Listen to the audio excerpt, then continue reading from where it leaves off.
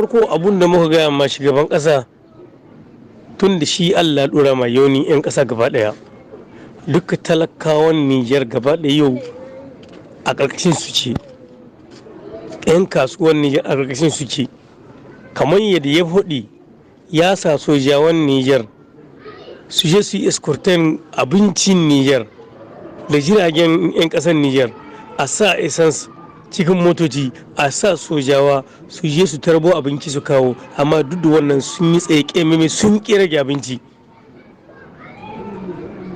inda ya yi tsaye ya sa firin abinci da son 'yan kasuwa ba da son su ba da yarda su ba da kai ko ɗan kasuwa ya yi ya sayo buhu jika 15 ciyani in ya kashi nan ya mai in ka ga dama kana ki a sai dama 'yan ƙasa jika 10 kuma dole za a yi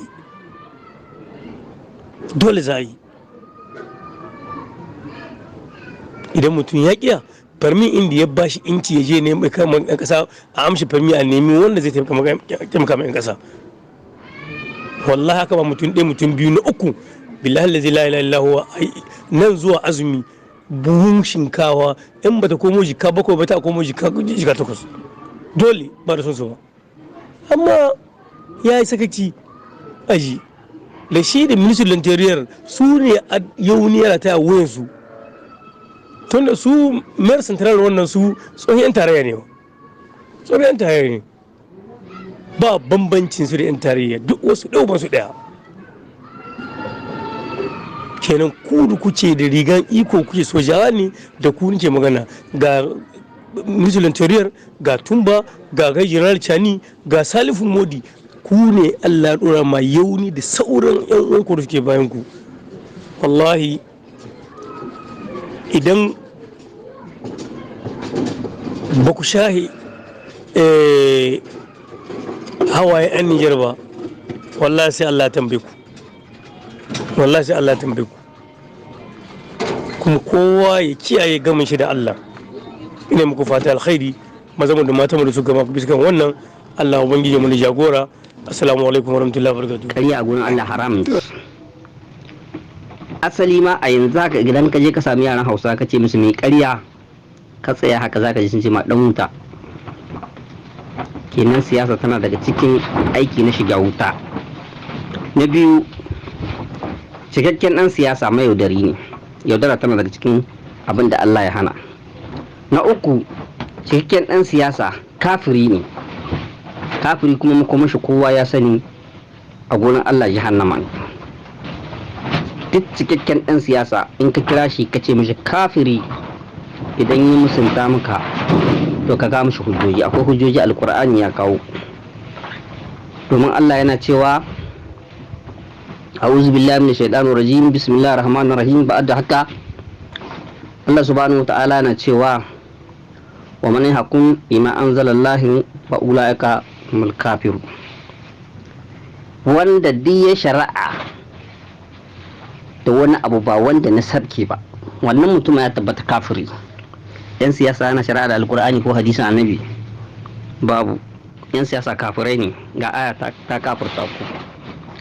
Sannan aya ta gaba ta ce wa man yahkum bima anzalallahu fa ulaika humul zalimun. Yan siyasa azzalimai ne ku, azzalimi makomashi jahannama. Sannan ta gaba ta sake cewa man hakum bima anzalallahu fa ulaika hum fasiqun. Yan siyasa fasikai ne ku. Duk dan siyasa da gani ya ce ka fasiki ne. Su suke zina da 'ya'yan mutane da matan mutane a cikin biro ba za a baki matsayin kirki ba sai an yi zina da ki. In ya ce kika samu karatu ba za a baki matsayi ba sai an yi zina da ki. Aikin da suke kenan Allah ya tsine wa siyasa da wanda ya kawo siyasa. Wan gabo kallika inda na tura maka su ka saurari su kuma ka dora musu inda ya kamata su kai duk duniya kowa saurara wanda yake jin Hausa. Yan siyasa Allah ya dammar da ku. Ubangiji Allah ka kare yan siyasa.